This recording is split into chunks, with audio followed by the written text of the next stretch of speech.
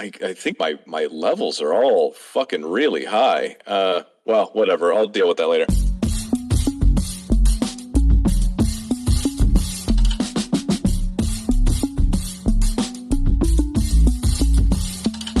Welcome to I'm From the Internet, a podcast about the internet, its users, and their consequences. I am deceased comedian Winslow Dumaine, sitting here with internet historian Jay Brandstetter. Jay, how have you been? This episode has been very fun to research. I've looked at a lot more naked people than I have in a long time because of this episode. Nice. Fucking love to hear it. First nude podcast. Yeah, bud. We're graduating from a bottomless podcast to a fully nude podcast. Yeah, for sure. Hogs out for the mods. I don't know. Yeah. Mogs out. I don't know there's something in there. Yeah. This is the final episode of the Porky Pig cast. Unfortunately, we're gonna have to retire our gimmick. Exactly. Yeah, it is like 106 degrees where I am. It's been a nightmare. But I posted some of my new stickers on Twitter and on Instagram. And like, usually that gets me a couple sales. But for whatever reason, the most recent batch it just like went crazy viral.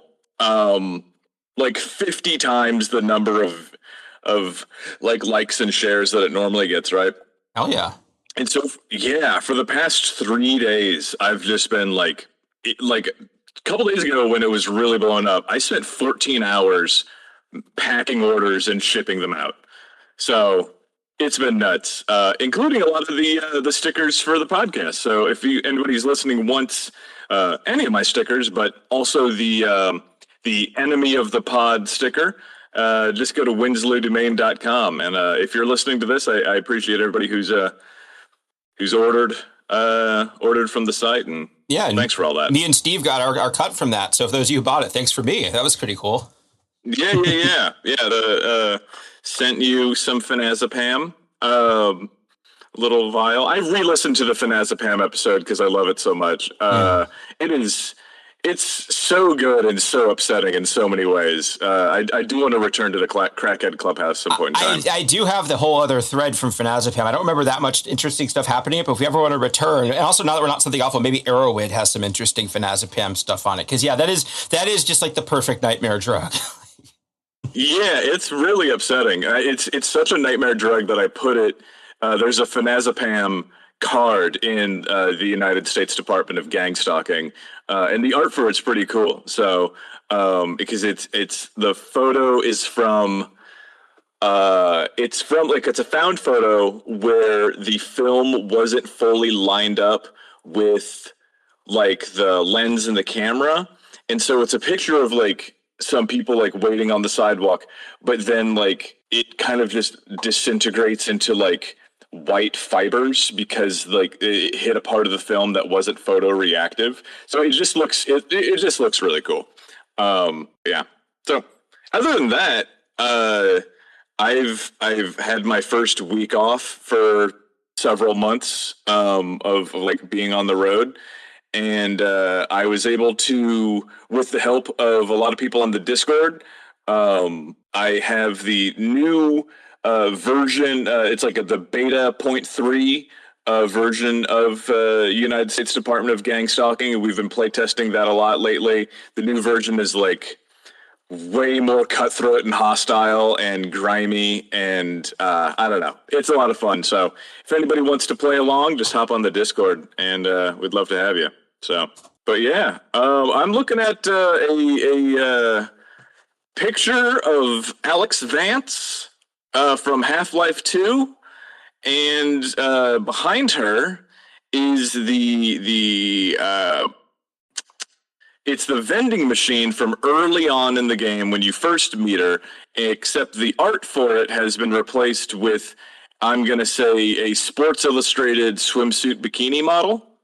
So today's episode, we're going to be talking about FakeFactory's cinematic mod for Half-Life 2 in a series. I've titled this Mad Mods because we're probably going to return to the modding scene in the future, because mods are kind of a great encapsulation of like what happens when like nerds on the internet are given a little bit of power and authority and authorship over something, and like how they run with it. It's very just a great little tide pool ecology going there. Yeah, it does make me think of the, anybody who's taken a little trip through the mod list on Nexus, where, trying to put some mods on Fallout or whatever game you have. Specifically Fallout, I think, had probably the most. Last time I looked, it has tons and tons and tons of mods. Fallout 3 and Fallout New Vegas, where there's a lot of them that add, guns, and they improve some lighting effects. There's also like bug fixes and stuff like that. And some people add whole new quests. And there's also mods that completely do like a page one rewrite of the game and use the same engine to tell a completely different story. And those are all like, varying degrees of quality and interest. But then there's like the bottom 5 to 10% that are mods that no one has ever touched, that add, I don't want to say a bizarre fetish, but like, because they're not all sexual, but definitely they add just somebody's like pet obsession to the game. And those are always just really fun. Like the guy who added like realistic horse vaginas to Skyrim, or was it Red Dead 2 where he added the accurate horse vaginas? That sounds like something for that game. Yeah, people are like, that is very. The sex stuff is very, and also that's kind of part of modding. Like, I guess before we get too deep, we should probably explain what a mod is for any non-gamer listeners we might have. Yeah, like a mod, it's short for modification. It's basically like a file you can download from the internet and put in a game to change it somehow. And usually, a game is usually built around it, but sometimes people like hack them to do it. But it's things like you can change the character models, or you can add new stuff. Like, I think sort of a classic example would be like back in the day, if you were playing Morrowind on PC, you would download the ENV extender, so it would actually do like the distance from far off instead of being close up. Then you download better bodies so the people wouldn't be all like clunky polygon people. And then, you would just go through and add on. And that's part of the reason why old PC games have such long lives, is because people can keep updating them. Like if I want to play Deus Ex, that game is 26 years old, but I could just load up Revision and it'll immediately work on any system right now. No problem. It's great. Yeah. I mean, like they're kind of, they're not critical to play, but like especially if you're going to play New Vegas, like play the vanilla for a bit, but like there's no reason, vanilla being an unmodified version, there's no reason to skip a lot of those mods, because they do add like tons of life and depth to the game, and you don't need us to tell you that they're worth it, but they can be a lot of fun. And then there's also, where like they just add, there was a point where I, as a joke, added, I was like back in the day when my friends would come over and we'd like take turns playing Fallout New Vegas. And I had a thing where like I was playing the game, and then like I had my friend play, and then he like pulled back a little bit, and it revealed that the character was like, it replaced the character with like the biggest, jiggliest like bikini babe model. just like little bizarre things like that. But that's like the most culturally acceptable version of that exact type of mod. So they go back and they get fucking weird, and we're going to talk about a particularly famously egregious example today. Yeah, and like you were mentioning earlier, like I sent you this on Discord. Like, part of the inciting incident for this is we've mentioned the cinematic mod before, but Pal World 1.0 is coming out in a couple of weeks. So I was checking the mods on Nexus Mods for it, and I found this one user named TBoxBR who just does one thing, which is he takes all the pals and he turns them into like thick naked women, and not like the ones that are like the quote unquote female coded Pokemon type pals, but like ones like there's one called Mimog where it's a mimic that's a dog. It's just a little treasure chest with a little waggy dog tongue and little paws, and they made it into like a thick lady, or like Wumpo, which is just like a cute little Yeti. It's very funny how someone's like things that are not like in any way like they're barely human shaped. it's really crazy, like the paraphilias that people have, where it's like, of course, I was like, I only ever want to fuck adult human females, you know what I mean? Yeah. Like adult human women. But then I will see people that are like, I want to fuck a sous vide. I want to fuck. It was like, don't you think a sous vide should have tits? And it's like, I've never thought that. No one has ever thought that. You sent me a link to something called Sexy Wumpo. What does that mean? Yeah, they're like bootleg Pokemon, but they have like these big, thick, powerful thighs and like huge cans and vulvas. There's a reason those sensor bars are big like that. Their cans are huge and their vulvas are so prominent that the sensor bar needs to extend all the way down. So you don't even know if she's an innie or an outie belly button, much less a vulva. Well, cows hatch from eggs, so technically I don't think they have belly buttons. Okay. There was one like screenshot that from like some scumbag on some dating website where in his description he says, I prefer any style vaginas. I think about that so many times. Just, using the word style like that is it's just really fucking funny. Just like going to the store. Yeah, it's part of the women's secret menu. Yeah. When you go to Taco Bell, you get a different menu if you have if you are female presenting. That's a fucking get, man. Oh fuck, man! Imagine the culture war that would spawn if women still could get the $2 meal deal. That would honestly like cover up enough, I think, of the gender pay gap that it might solve a lot of the cultural issues. Because if women could just get a lunch for $2 and all men had to spend $18, $20, that's like a statistical difference that could actually kind of move the needle. That type of guy always complains about having to pay on dates or whatever. Well, hey, this way you don't have to pay as much. So, you get to have the best of both worlds. Have to pay as much. But I see the way that I pictured it is it would be kind of like a speakeasy where like women would have to go there and they would have to know like a secret phrase. Which I guess the secret phrase that women use at the restaurants is please and thank you that men never use. Or they would just like kind of clear the room and then just lean over to the cashier and just go like, I'd like to live Moss. And then they would pull the big lever from Moe's Tavern that switches all of the furniture around and it reveals like the $2 meal deal. And it's like presented by Ulta, like it's the whole thing. If this was a couple years ago, it could be like a gender reveal themed promotion.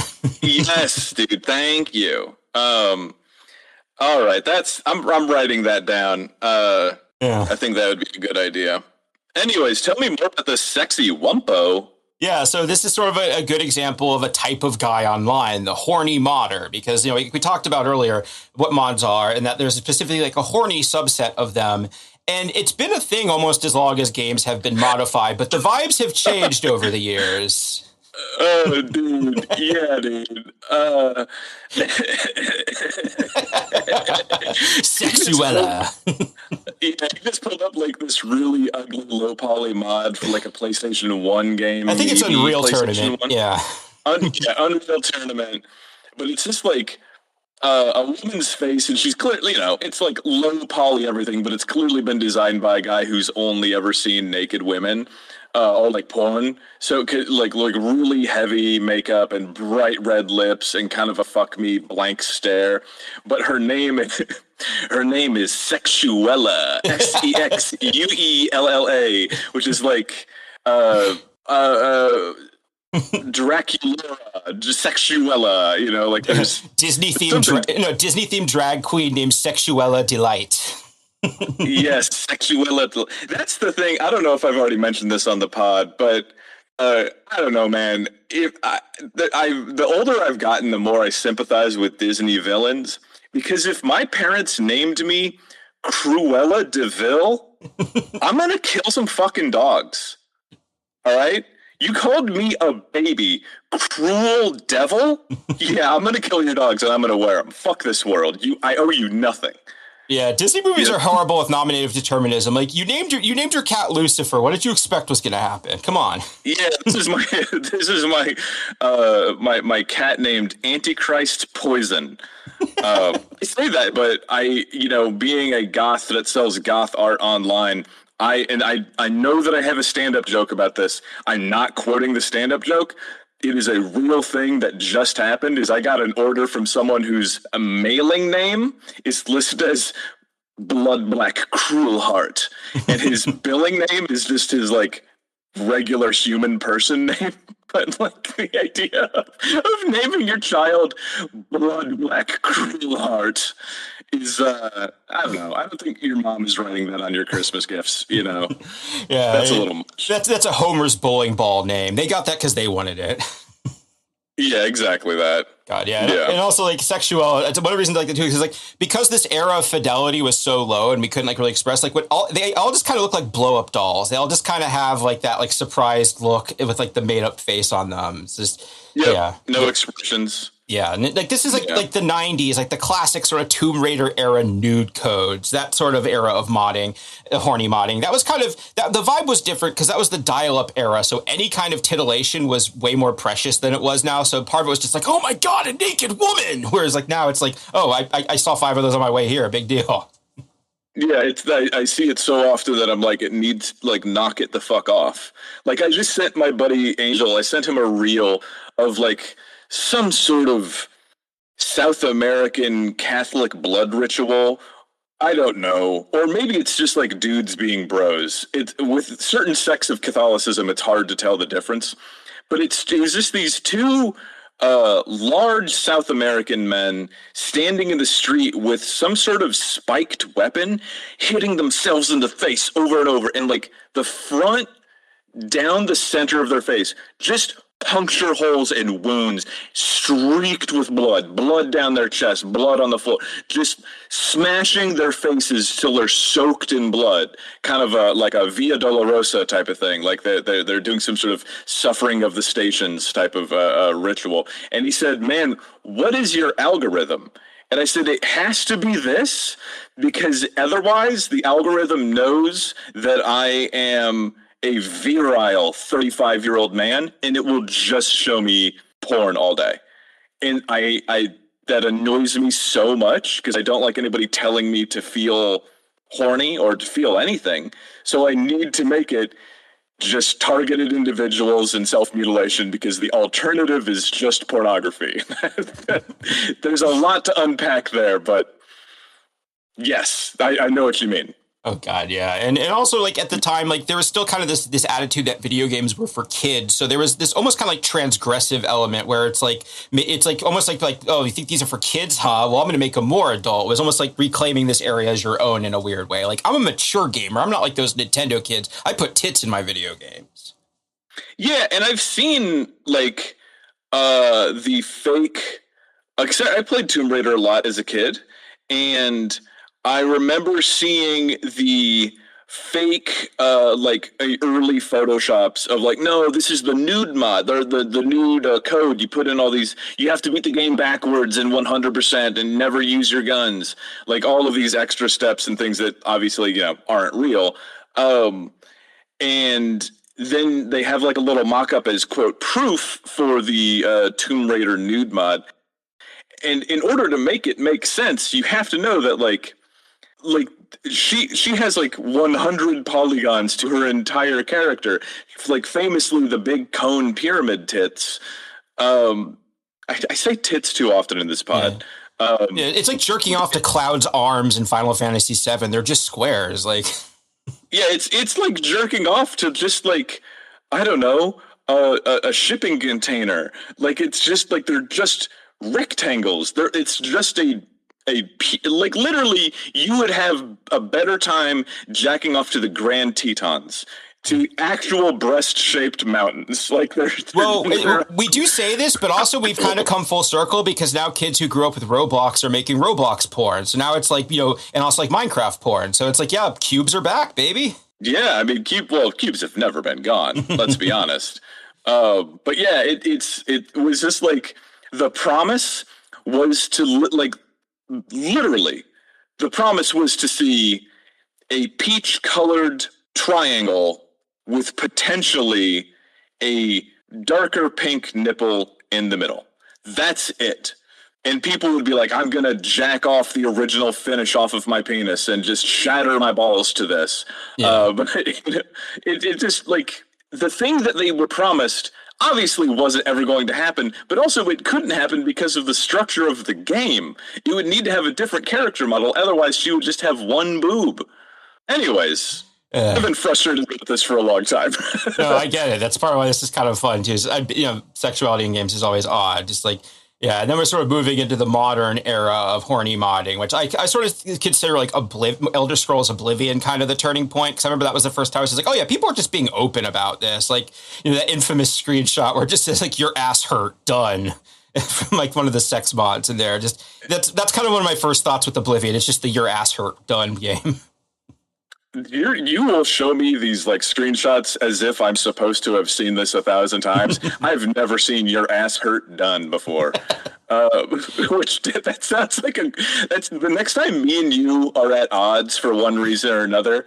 If you end a terse conversation by saying your ass hurt done, I promise you, I'm giving you a get out of jail free card. I will immediately forgive you and be like, Jay, my best friend Jay. We might butt heads from time to time, but we're part of a team, you know? Yeah, we got each other's asses. We got each other's asses. Done. Yeah, that's a good intro. Yeah, and I guess like, so for modern horny modding, like I think what I think is kind of interesting is it almost seems like at times like it's more about aesthetic or vibe than actually being something you masturbate to. Like there's this attitude where it's like, well, I'm a horny guy, so I just need to be looking at naked tits and asses all the time. Like if you see screenshots on this, it's not like any one thing. It's just people have their games full of just as much nudity and titillation as they possibly can just to do it. Yeah, that's a whole fucking thing of like consistently putting hypersexual things in all forms of media. Like I know that I've already talked about this to death, but there's like a current in modern gaming that is like a lot of right-wing anti-feminist LARPers who don't even play games. They just kind of stream about them. Whenever a new game comes out or is announced and the protagonist or any character in the game is a woman who is not like enormously top heavy, wearing full face makeup and like wearing like a one string bikini type of thing, they will just slit their throats and scream in agony because they're being violently assaulted because of the lack of sex in their games, and this is a war against masculinity. It's a whole fucking thing. If you're an adult, you don't need to be horny all the time, and you can conceive of women that are useful and interesting characters that move the plot and have valid and interesting things to say, and sometimes invalid. You know, I'm not saying valid is a value statement, that are not just their physical assets. You know, like I think of it, the witches from Dark Souls 1, right? 1 or 2. It's been so long. Where they're like around the cauldron, and you can kind of talk to them briefly at the start of the game. There are guys that are like, they should have been sexy. These 800-year-old witches that know about the death of Seath the Scaleless, that we should have made them bikini models. And it's just a child's mind. You know what I mean? Yeah, this is all. That's kind of a good through line for this. Is the idea of like seeing people who aren't like accomplished artists encounter a piece of art and be like, I want it to be different, and changing it without really understanding the work holistically and how that kind of fucks with the whole thing. Like it's a neat way of understanding and appreciating how art is a collaborative process and everything. It's cool. Yeah, and like especially jarring, and we'll get into this with like the Half-Life thing, is that the like Half-Life 2 was one of the best reviewed games ever for a good reason. It was revolutionary. It was beautiful and fun as fuck. You can pick it up and play today. It rocks, dude. And because it was such a interesting, consistently conceived aesthetic all the way through, that the challenge of the modder is to put something, I mean, like, you don't have to do this. That's not how art has to be. But if you're going to put something in there and if you want it to blend in, it has to fit so many different thoughts that the team for Half-Life 2 thought of when they were making it, that it's like, it would be so hard. Like, think of your favorite movie, and you're like, well, there needed to be a scene where this thing happened. Okay, now you find a way to shoot it with the right lighting, the right tone, the right costumes, the right characters, the right, like the same kind of audio, the same kind of dialogue, the same kind of miking. You fit that into that fully figured out movie. If you can do that, that's amazing. Yeah. Even the original creators struggle with that. Like in movies, it's kind of a running gag that they call reshoot wigs, which is where somebody had to come back for a reshoot and their hair is very obviously a wig or different because it's been like months and their hair has grown out or something. Yeah, and like for me, like if somebody asked me, people have floated the idea that I would make more cards for the Restless or that I would update the tarot deck and stuff like that. And it's like, oh, dude, I haven't thought about drawing things in that style and like all of the different shit that I would need to do to remember how each individual card was like fit together. I haven't thought about that shit in fucking forever, Yeah. Or like I think another movie example would be like the movie Prometheus, which was like a spiritual successor to Alien. They got H.R. Giger to come back and do a mural for it and character designs. But, it's been like 30 years since he did the ones for the original Alien. So by that point, his art style has changed and looks very different. A lot of people are like, oh, this doesn't look like the old movie. And it's like, yeah, because it's not, these people don't exist anymore. Yeah. It's so hard. I don't know. I think a lot about, after Mechanical Animals, of course I'm going to say this, after Mechanical Animals came out, a lot of people asked Marilyn Manson, who we know is a bad guy, thank you for your comments, about like, why did you release like a glam pop rock album after Antichrist Superstar, which is, like it or not, a really fucking solid industrial hard rock / metal album? Why did you do that? And he's like, well, because making another Antichrist Superstar would have killed me. I don't want to do that. And since then, now, his star has kind of fallen and he's kind of just turned into every album it would be like a very different sound. And now he's kind of just turned into a hard rock band, right? And you can tell that he's tried to go back and recapture some of that visceral aggression of Antichrist. And it doesn't really fit anymore because he's not in his 20s. Like it would be so fucking hard for me to go back and write any of the style of comedy that I used to write when I was in my 20s. I know too much and I've lost things and I've gained things. I'm a different man, Yeah, like I had a very visceral encounter with that when we were working on the Nathan Stakeums episode, because I found one of my old posts from like 2019 when I was ripping into it, and I was like, man, this is not how I would present this information now. Yeah, I get it. Yeah. I mean, you've grown like we all do. Yeah.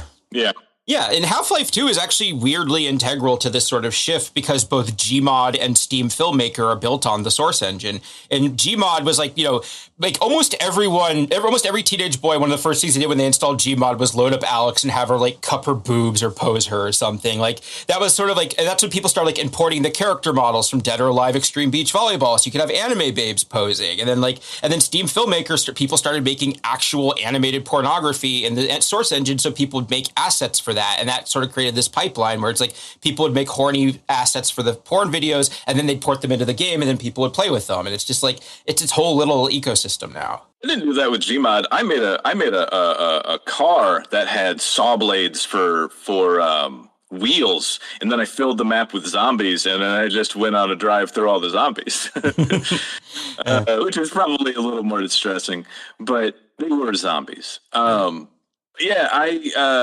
It was definitely Gmod and Steam Filmmaker for that, but I'm sure you'll get into it, but like the two things that really triggered the explosion of horny mods and like horny animations were the gal from BioShock Infinite. What's her name? Emily? Elizabeth? It was Elizabeth, yeah. Elizabeth, yeah. Everybody wanted to fuck Elizabeth, and so like the whole game was like ripped apart as quickly as possible to get her character models, and then figuring out how to rig porn animations for her actually contributed a lot to like making animation tools in general a lot more accessible to everybody, not just the porn people. And the same thing happened with Overwatch, where a lot of there's a lot of horny stuff made for those characters. Yeah, I think the timelines line up because 2012 is when they released the Source Filmmaker. So I think BioShock Infinite was like one of the first big high profile games to have like an attractive female main character in it. So I think the timing lined up really well with that, where, yeah, that was the first time they really dug in. We're like, okay, now what if her ass was bigger? Stuff like that. Right. Yeah. But it kind of goes back to that thing about like how the necessity or like the horniness will move technology, and with technology moves the rest of everything. And I don't know how accurate the claim is, but the way that the porn industry had kind of moved into DVDs rather than laser discs or whatever the fuck the alternative was. I can't remember. Like that really influenced the rest of the industry. And it kind of does the same thing with everything else. People want to learn how to make these sexy things.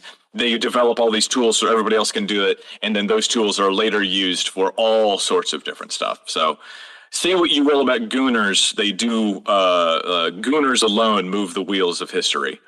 Very much. Yeah, and on that talking point, like not to toot my own horn, but I do remember when Blu-ray was like first becoming a thing. People were like, oh, Blu-ray is going to win the format wars because it's what porn's releasing on. And at the time, I was like, porn isn't really, I don't even really watch porn, but they don't release it physically anymore. Everyone just watches it online. And so people were right, but they weren't looking in the right place. Porn was ahead because they were doing streaming in the 2000s, way before all the studios and stuff did. But we were still in the physical media land, so we were just like, oh, they're using Blu-ray, so that's going to be the next big thing. Yeah. Yeah, it's like, it is one of the many things that you need to keep your fingers on in order to understand a lot of stuff about the internet and where money moves and industry. It's crazy. It is like, I don't know. It kind of makes you feel like you're just kind of in touch with like an unknown wavelength that you can like kind of sense where the industry moves by seeing what people are jacking off to. Very much. Yeah. Yeah, like that. Like we're gonna have to do one about like the early days of internet commerce sometime, because that was some of the first ones, was people just like selling like porn on the internet, like in the early days. Yeah. Yeah. Like the first image ever sent on the internet was a naked lady, wasn't it? I don't know. I do know, like, even like back in the 70s when they were first like doing like the image, like the image standards for like image processing, one of the reference images they would use was like of a Playboy centerfold. There's actually like a thing where I think there's a video about it by Bobby Broccoli that's really good. Yes. I know exactly what you're talking about. Yeah.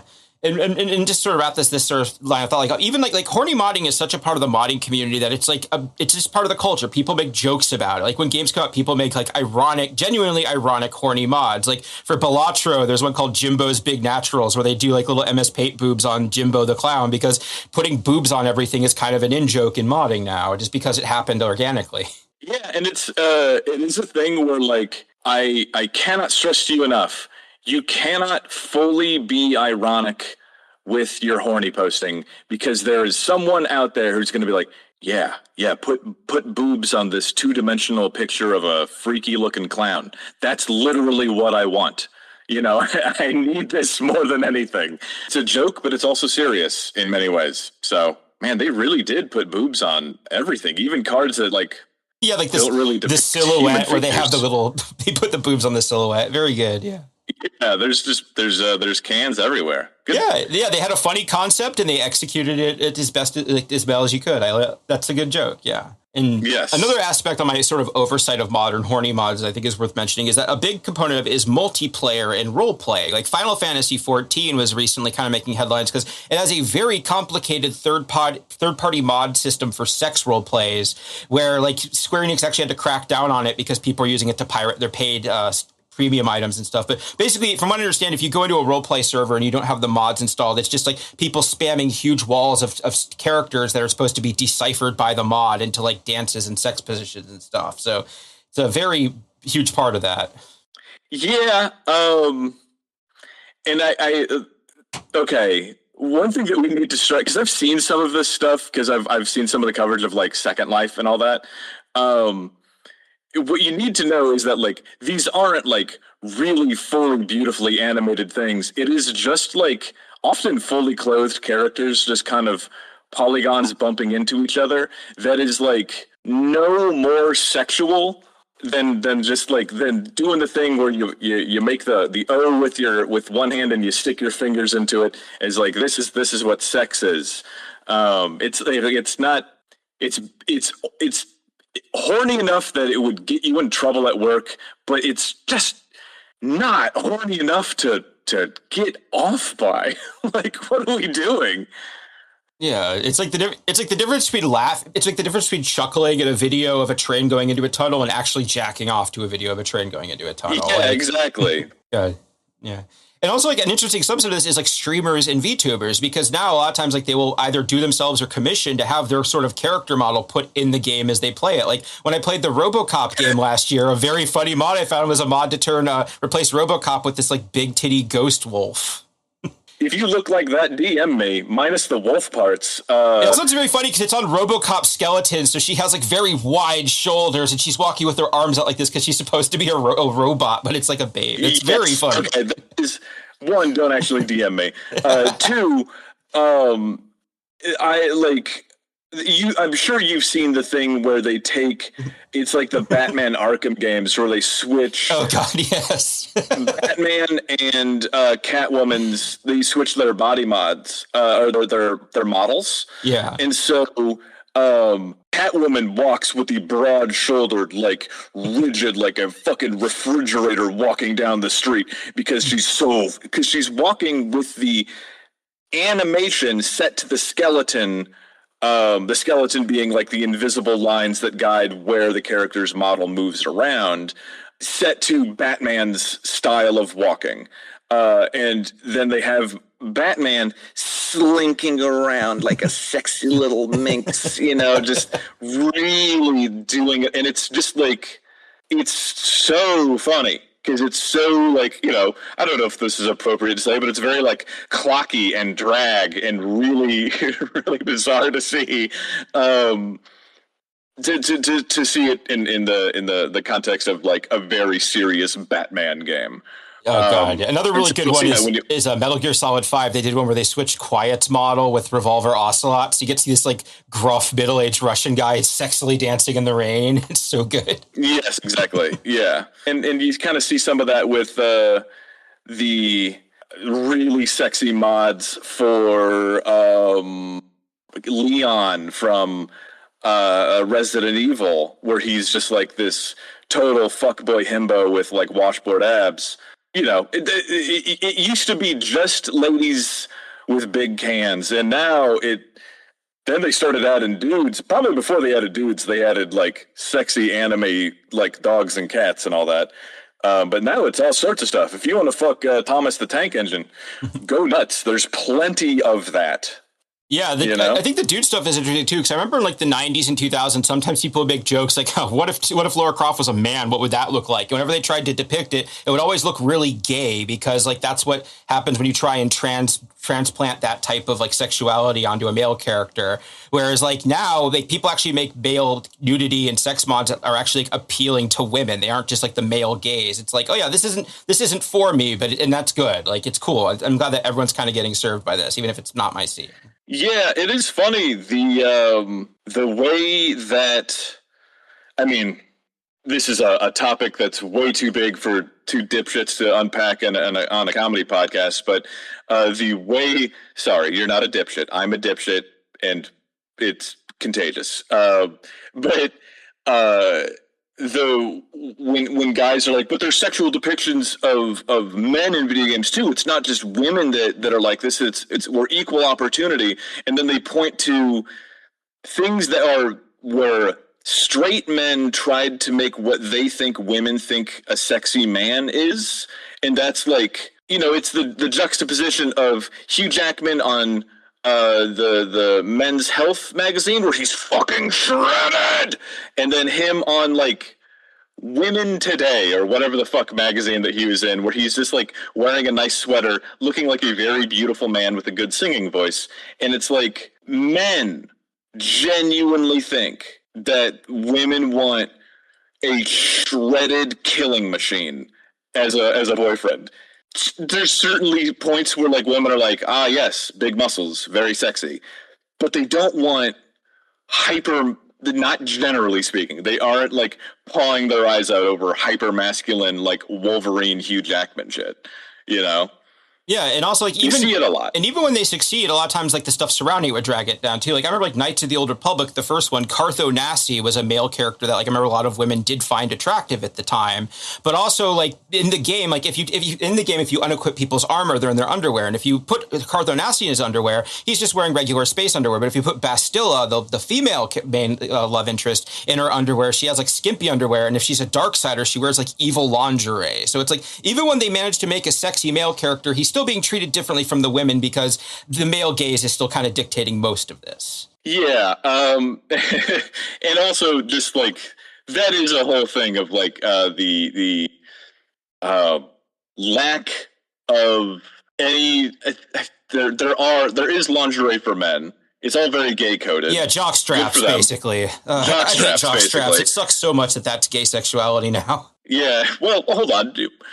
At what point in time are you wearing jock straps? I'm not, but I mean, like in terms of like people draw a lot of it now. It's just like, you know, it's a gay signifier. It's like if you're gay, you wear a jock strap to show that you're like gay and you're down to fuck, and it's just like a thing that people do now. Like, I guess it's kind of like what the Maxim hand bra was for women in the 2000s. It's like, I'm sexy, like the male version of that. Yeah, that's a little much. I also I have a colleague who's and I think I've mentioned this about older fella, and runs a gay business that is very gay, very kink, and will come by to like buy products from my house wearing a like the Lycra shorts with a fully stuffed XXXL jockstrap, packed with whatever they put in there. So just this enormous bulging crotch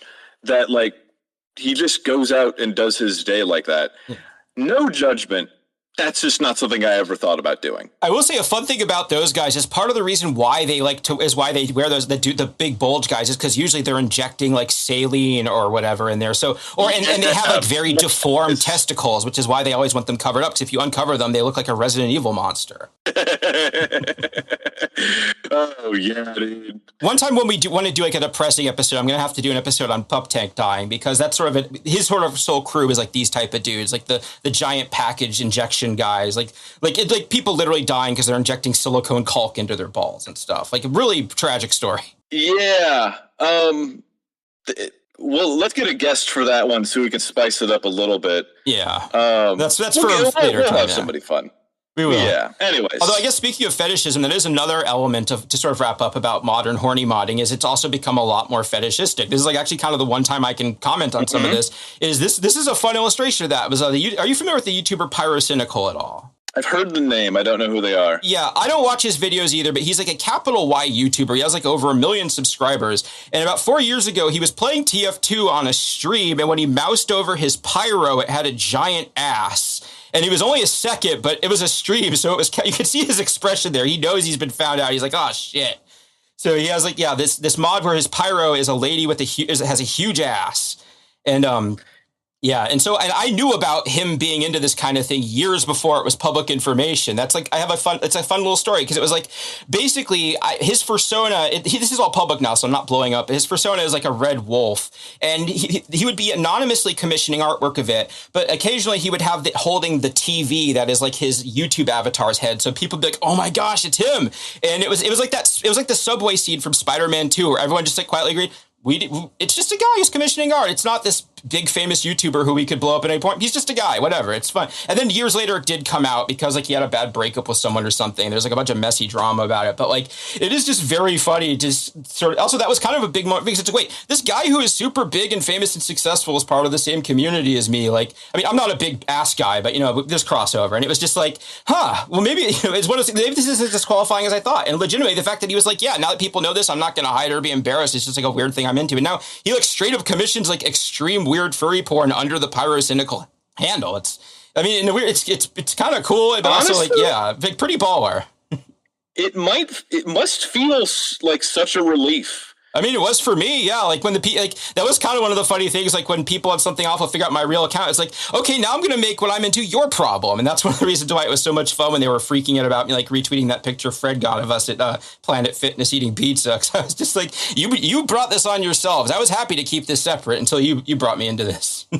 I mean, there's so much to say. You're showing me Pyrocynical accidentally revealing his large ass character model for the Pyro character of Team Fortress 2, which is interesting because Pyro is, from what I remember, pretty consistently referred to as with non-gendered pronouns. The Femme Pyro is one of the oldest and most popular mods for TF2. Yeah, they also, especially since it's a cast of all men. If you were a woman or wanted a woman to project onto, you could kind of just be like, the Pyro's a woman. Yeah.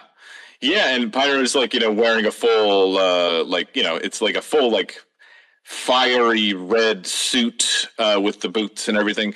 But this isn't like Pyro with a big ass. This is like insanely cartoonishly overdone. Like as wide as they are tall. Yes, absolutely. Like Pyro would have a hard time, like if Pyro were to lay flat on her back, the ass would be putting their pelvis up so high that the soles of her feet would just naturally be flat on the ground, and then the top of Pyro's head would be bent backwards because, like, imagine if you had infinitely stretchy pants and you put in your back pockets 2 large beach balls, and then you were to lie flat on your back. You'd be doing a permanent back bend. Yeah, like that. You have to be a face sleeper for the rest of your life with an ass like that. Yeah, like if you know that stretch where you lay on top of a yoga ball, like what if you just had that built in? Yes.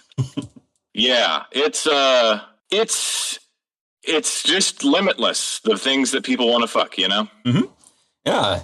And so, and to sort of wrap this up, like a lot of the cishet, vanilla, regular, horny mods that what we would now call yassifying characters, where basically what NVIDIA is doing with their new AI filter, the industry is kind of trying to imitate what modders have been doing on their own for years, which is like, it's always insulting when it's like, they call them stuff like better bodies or more beautiful females, and they all just look like sex dolls and anime characters. Yeah, it just makes everything look a little bit more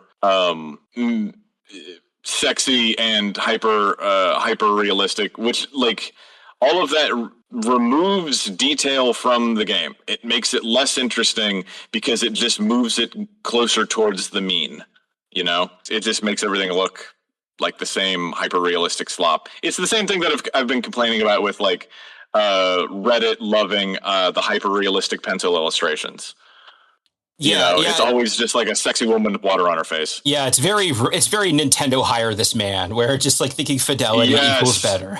Yeah, like hyper photo, like everything being in focus photorealism is gross. Like it's way too much information that it there's a reason why certain details are left out and certain things are left blurry, you know? Yeah, and also like that's what they do is people always say this, but like when realism ages poorly, and part of what was interesting about this was looking back at what was considered like a cutting edge graphic showcase in the late 2000s and early 2010s, and now it's like very quaint. It's like, oh wow, there's a lot of bloom lighting. They don't look like this anymore. Yeah, bloom was a whole thing. They really overdid it with bloom and lens flare for a long time. That was like the early 2000s, like the late 2000s, I want to say. Lots of bloom and lens flare. Yeah, everything muddy. Yeah. And before we actually start on the mod, and that's one of the reasons why I think FakeFactory is worth looking into, is because the cinematic mod was relatively popular and respected. Like PC Gamer, like even in 2013, well after all the stuff we're going to talk about in here was known and kind of made fun of, they were writing these like a glowing article. Half-Life 2 cinematic mod soups up the sparkle and adds graphical gloss, which Yeah, that is a very fun thing. Research. There are people who are like, I don't get why people are mad at that thing. It looks better. It's just, this is a very good example of like how taste is subjective, and some people have bad taste. Yeah, and there's also like it's different when you are a modder who can use like a lot of the stuff that's been added in.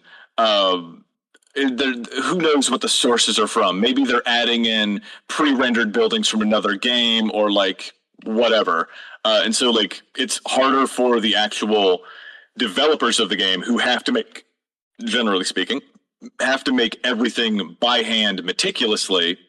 To just, you know, like, of course the mods add tons of stuff. You can just take from other games. It's a mod. That's why, like, it would be illegal for another company to add some of the stuff that they add in. You know, so there's a lot to it. There he is. So I guess. Wow, this guy's got a hell of a name. Oh yeah. So now we're gonna, I guess, to start off, who is FakeFactory? It's like It's like when we talk about PlayerUnknown's Bladderground. It's like, who the hell is PlayerUnknown? I'm talking about FakeFactory cinematic mod. Who the hell is FakeFactory?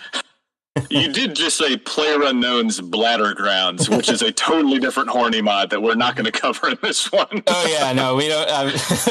Instead of PUBG, it's PubABDL. I don't like that one. Jesus Christ. Yes. Anyways. Yeah. So here, I've been talking about. Would you like to read FakeFactory's bio, or would you like me to do the German accent? Oh, I have to, because I see Who is FakeFactory? Hello, I'm FakeFactory. My real name is Jürgen Verheilig. I am a 45-year-old man living in Germany. I'm self-employed in the IT services business, providing service for advertising agencies, example given, Sun Solaris servers, Apple, and PC. I created the cinematic mod as a practice exercise while I was learning modeling, texturing, and coding. It was never planned as a community project. I just share my work. Some may like it, some may hate it. FakeFactory. Yeah, just Jürgen Verheilig. I was just thinking the other day about how Sieg Heil is like, we're told it means hail victory, but I do like to think that it means hello win. Just, hello. That's a very different Heil that you get there. Yeah, you know? I wonder if in the 2000s online German people were saying Sieg the way that we'd say win. Win, yeah, very, very Sieg. Yeah, hopefully not. Yeah, I will say, like as we'll see, before I read his bio, I thought FakeFactory was German. There's some very German touches to this mod when we go through it. Yeah, Germans, they like their latex and leather and straps and cum and goo and fucking and holes, and they Germans fuck, you know? Oh yeah. Everybody else just has sex. God. And I guess I don't really have anything to add to that. So I guess like FakeFactory, though, a neat thing I didn't know about this is he was part of the modding community before the cinematic mod. He made some popular sniper maps in Unreal Tournament back in like the year 2000. Like that's the thing that's crazy. He's a middle-aged man, so he's been doing this like since he was 38 when the first version of cinematic mod came out in 2005. So he is like an accomplished like dude when he starts at this. Yeah, he's doing his thing. Yeah. Zeitkind, Pro Final 13. Here, you want to read his description of the cinematic mod? Imagine a Hollywood producer got his hands on the game. The result would be similar to what the cinematic mod is, a graphics blockbuster, redesigned to the typical game to movie adaptation with an orchestral soundtrack and beautiful people everywhere. Yeah, it's the horny mind. I think at the core of it is like sex and sexuality are like these things where it's like it's hyper stimulating. You know, you're seeing like everybody so up close to two bodies slapping against each other, and it's like these really intense physical feelings going on where it's like if you were to remove the sexuality to it, it would be like it would be like getting tased. You know, it's like this really intense thing, and kind of a way of capturing some of that sensory overload is hyper detailed experiences, and that's why I think that like really outrageously detailed and exaggerated drawings can tend to have like a sexual feeling to them because it's so exaggerated and so sensory and so much overload. And so when you look at art or look at a game mod that makes everything photorealistic, crisp and sharp and clear everywhere, it's like this hallucination, it's like this spasm of hyper information that is being shot at you with a shotgun, rather than what your normal non-sexual experience of life is, which is to focus on one thing at a time, you know? Very much. Yeah. And him talking about wanting to be as an action movie is like a lens I think is important to understanding this, because, you know, this came out in 2005. Also, Half-Life 2 came out in 2004. So this first came out a year after the original game. Like, I got him credit for being he just had a pretty quick turnaround in this. But anyways, the reason why I bring that up is because when he talks about action movies, like the action movies of the mid 2000s were like XXX State of the Union and The Island by Michael Bay. Like, it's all like gloss and new metal and tattoos and like women doing the Maxim hand bra. It's all like, it's a very specific era of Hollywood he seems to be drawing from. So in that way, he did kind of succeed, even if it might not have been a very noble goal to aim for. Yeah, I mean, like every part of it was like the stupidest, most hyper-exaggerated hyper-masculinity, where masculinity was violence and violence was masculinity, right? Like, you can look back to John McClane and be like, yes, that's a masculine man, but he's not completely shredded, flexing all the time, and like there's never a time that he's not shooting a gun. And like, yes, that is masculine, but compared to what we had with the XXX, the return of Xander Cage, where he's wearing like his fucking chain and he's got his ball shorts on and he's covered in tattoos and he's ripped as all hell. Like, it's such a stupid hyper masculinity, you know? Yeah, like as much as we complain about Marvel movies being quippy and unserious now, like that was popular as a reason. It was a pushback reaction against how self-serious like action movies had become, where it was like everyone was trying to be cool and badass and epic. And they were just like, no, you can be a little silly with it. It's fine. Like, that's one of the things people liked about 80s action movies and such. But yeah. Also, while I was looking this up, the German title for The Island is incredible. Have you ever seen this? What's The Island? Is it just like it's a Michael Bay movie about like an island full of clones and they're trying to escape. It's really dumb. I've never seen it, but the title in English is The Island. The German title is it's Die Incel. The Incel. Yes. Von dem Regisseur von Armageddon und Pearl Harbor. Ewan McGregor, Scarlett Johansson. The Incel. Yeah, that's fun. No, it's just the incel, the incel, yes. Oh, yeah, that's so good. But and also, like, the cinematic mod was updated. Like I said, he updated from 2005 to 2013. This was actively developed over the course of 8 years. There's like 13 different versions of it, so many different patches and changes. So that's a part of what makes talking about kind of difficult. It's like things were added and removed. So sometimes it's, there's lots of different snapshots to look at. Yeah, there's a lot of different things throughout the whole process. Now that we've gotten to where we are, I guess there might have been a different mod that I was thinking of when we're getting into this, because but keep going.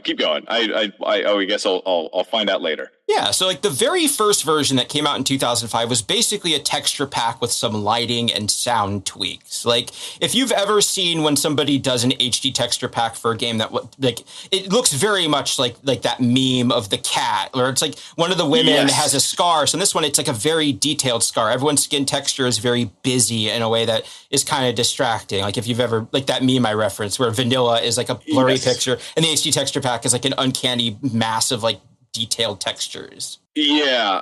Again, it's just like I'm struggling to find a way to explain this to a non-gamer audience, but like imagine, it's like an early PlayStation game where like the characters are very blocky and the polygons are super limited, but instead of reimagining that character with like flowing fabric and like detailed hair, they just update the individual polygons to have really sharp details across their entire framework. So you still have a blocky, like chunky character, but every corner of them is like you can see the individual stitching on the entire thing. So and there's also no depth to it. So like they updated a brick wall that once had the appropriate amount of blurriness for the engine's power at the time to now having a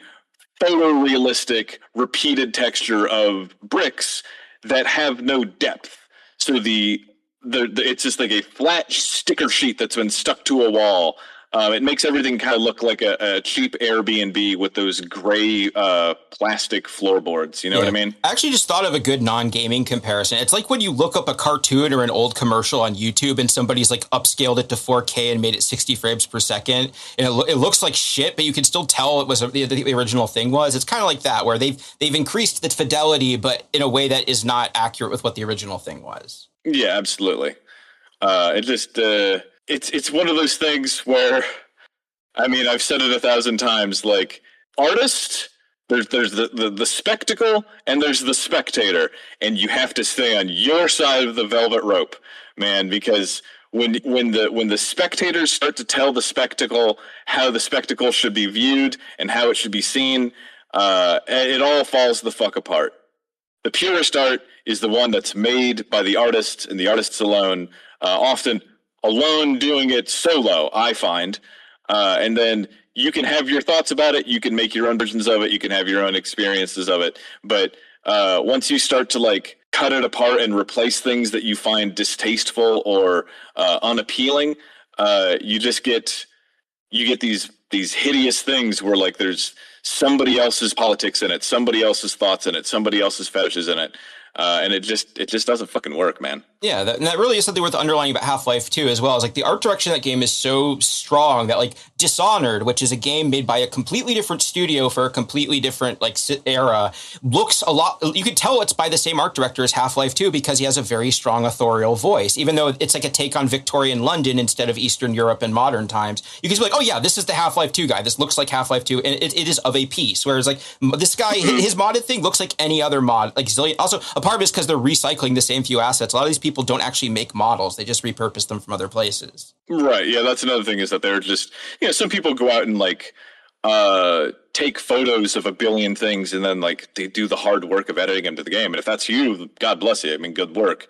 But a lot of these people just do that exact thing where they're just like robbing some other thing that was made like with like Half-Life 2 has kind of a muted color palette.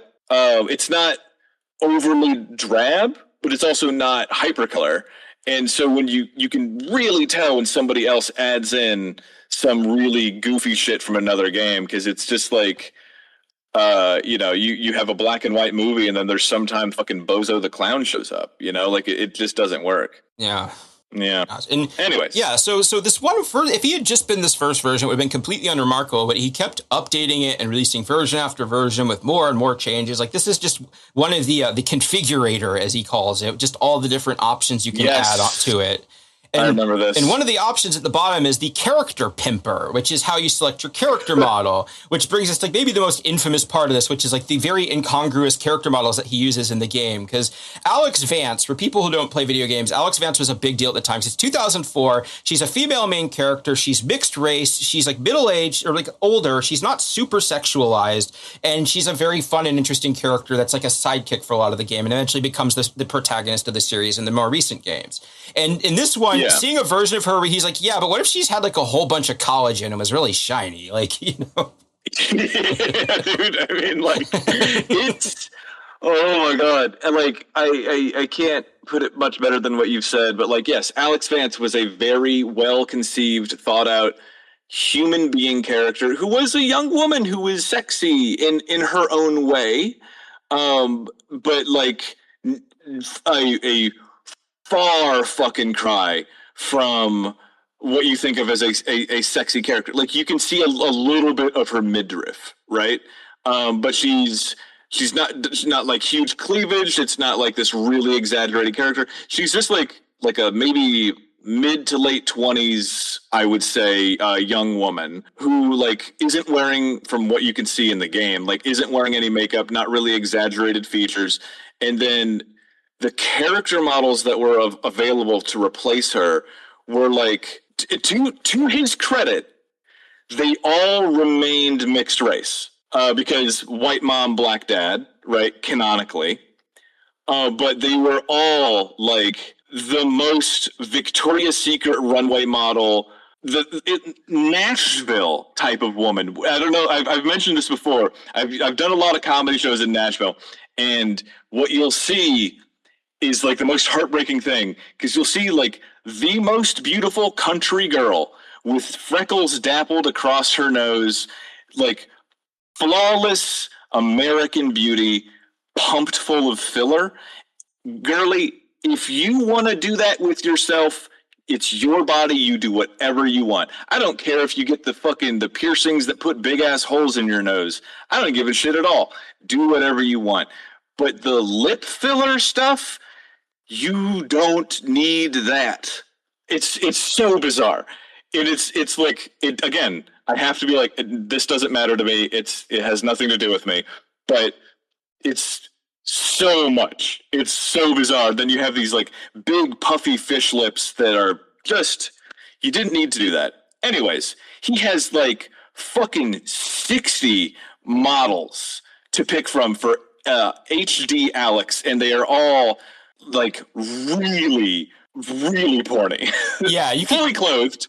Yeah, you can tell where his attention was, because if you look like the male characters like Barney or Dr. Kleiner, they only have like one or two alternate versions. There are like 50 or 60 different Alyxes, including like different alterations on like the same model. Like you wonder, like there's one of her wearing the tall boots and the jacket, one tall boots without the jacket. And these are just the ones that are riffing on her existing model. Like as we go on, some of them definitely start drifting more from how she looked. Like these are just this screenshot here of like someone loaded up just a bunch of the actual Alyx models Jesus on there. Christ. Yeah, just all these women's nipples that could cut fucking glass too. Nipples so hard that they're like protruding through denim. Like just unbelievable.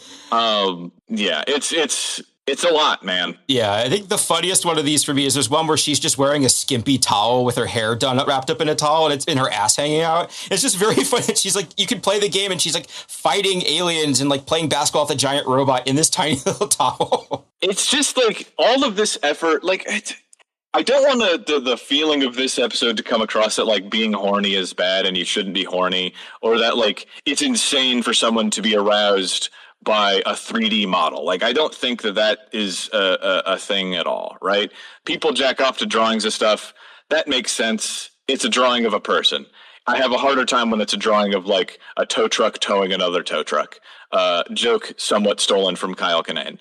But I just think that it would be really funny to have this degree of effort put into something that wasn't about titillation. Like, imagine this whole game, but like they meticulously replaced Gordon, or not Gordon, I guess you would never see Gordon Freeman, but meticulously replace Alyx with like Marge Simpson. I just think it would be like that would be a more interesting thing than just like sexy version of her, but she's a cowboy. Sexy version of her, but she's wearing a towel. It's like, we get it, man. Just jack off and then go do something else. Very much. And also I do think like this is like a very cis het straight version of sexuality. It's like, yes. I feel like my sexuality has been a laughingstock on the internet my entire life. I'm not going to feel bad about punching back at what they jack off to a couple times. Yeah, for sure. And like I'm a fucking cis het enough guy. That it is just obnoxious. That's kind of back to what I was saying earlier, is like, I don't like it when somebody pushes their fucking finger in my chest and tells me you have to be horny right now. And so to see that exact thing where they're just like, I want to go on this like very interesting and moving and well conceived sci-fi gaming story. And then someone's like, yeah, but what if you were fucking jacking off and horny the whole time? It's like, fuck off, dude. Like, mind your business. Don't think about whether or not my dick is hard. Yeah, gosh. And we were talking about cosmetic surgery. Like there is sort of like the thing that happens sometimes where like an actor or an actress will get Botox or surgery done and it makes them a worse actor because they can't express as well. This kind of has the video game version of that, because when you put these models on the animations, they don't always match up. So Alex's face is kind of wall-eyed and flopping around in the cutscenes because that's not what they're made for. They're made for posing. They gave her Republican makeup, dude. Yeah, she has Mar-a-Lago face. How could you do that to Alex? She would never go torso there. And it doesn't connect with her neck at all. It just like it goes to show you like there's a reason why Half-Life 2 was fucking revolutionary. And like with the like you could run that shit on a postage stamp. Like it was so crazy the amount of emotion and expression that you can convey with these character models. I don't know. It's crazy. And just looking back, it's everything that people have done to her model is just like, this is really embarrassing. Yeah, this is Pixar versus DreamWorks right here. Yeah, and speaking of things they've done to their model, also probably the good break point for this episode is maybe the most infamous factoid about this mod. Like this has been immortalized in no other way as an in-joke among Half-Life modder, because one of the Alyx models had genitalia that was fully modeled all the way up to the uterus. Like you could pull up a wireframe and like, yeah, there's the labia, there's all the parts, there's the cervix going up into it. It's just like, They really went, like, the thing is, apparently he probably didn't do this himself. A lot of his models were from third-party sources, but the fact that he's basically literally casting his virtual movie with virtual porn stars, which is like, I think very, very, very good on the nose for what this is like. Yeah, man, you don't got to do all that. There's no point in time when I'm going to see the internal, like the inside the vulva of the character here. That's just not going to happen. Yeah, this isn't Bayonetta. We're not having the camera go right up in her cervix in cutscenes. Is that what happens in Bayonetta? It's just like the way the camera works. Like I've like a joke for Watch Out for Fireballs I've stolen is like the guy who directs it. He's a hole man. Like the way that cameras will usually focus on like tits or asses. He always has it goes like right up in Bayonetta's groin and stuff. Like it's very odd. A hole man. Oh boy. Yeah. The Chicago hole man.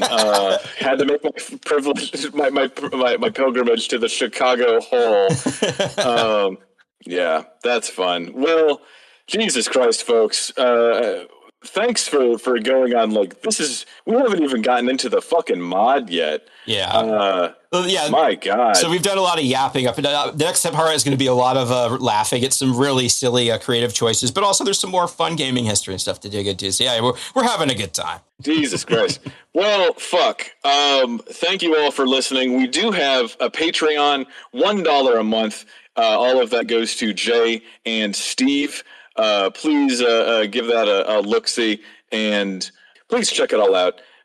You can find us at iftipod@gmail.com, iftipod on Twitter, and you can find me at winslowdomain.com and the Winslow Domain on Twitter, and Calculations on Instagram. If you want any of my new stuff, please go to winslowdomain.com, and I got all the new stickers and things like that.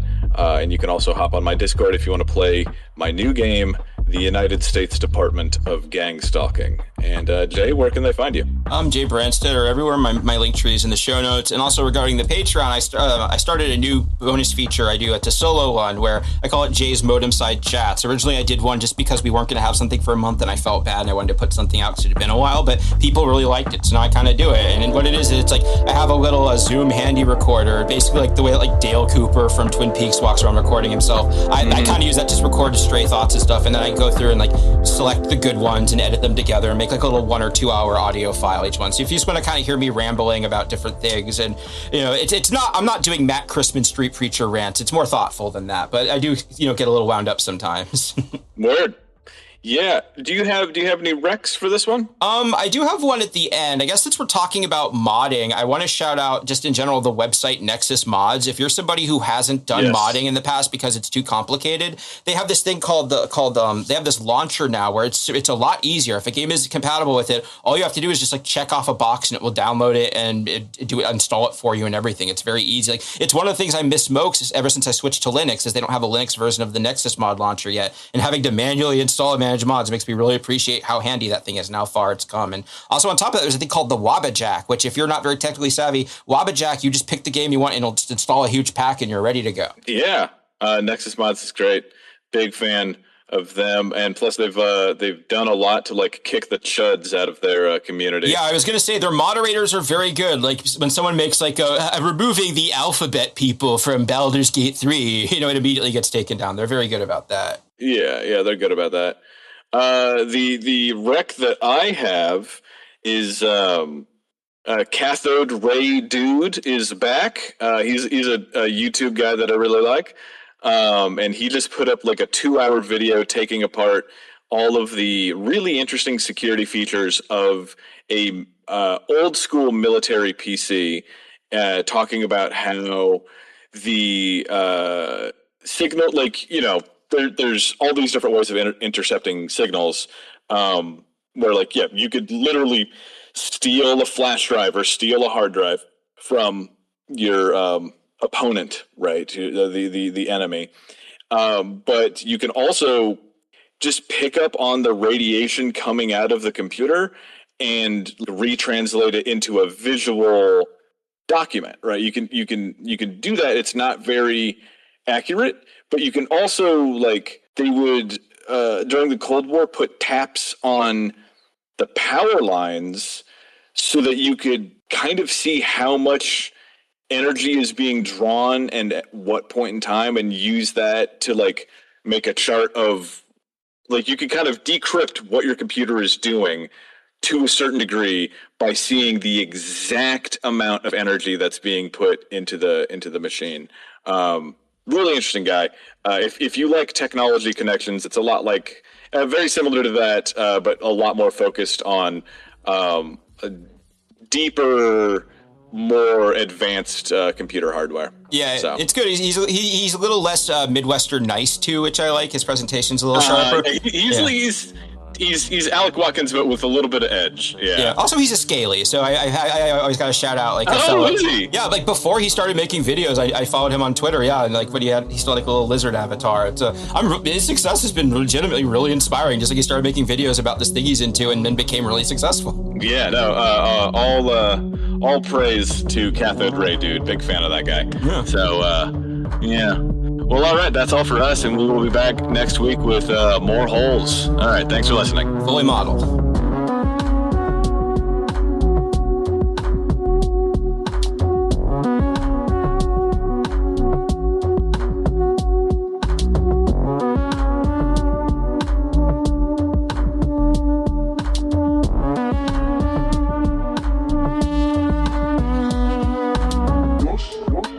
I'm From the Internet is created by jaybrandstetter and Wins the Domain. Edited by Steve Brown. Music by Steve Is Broke.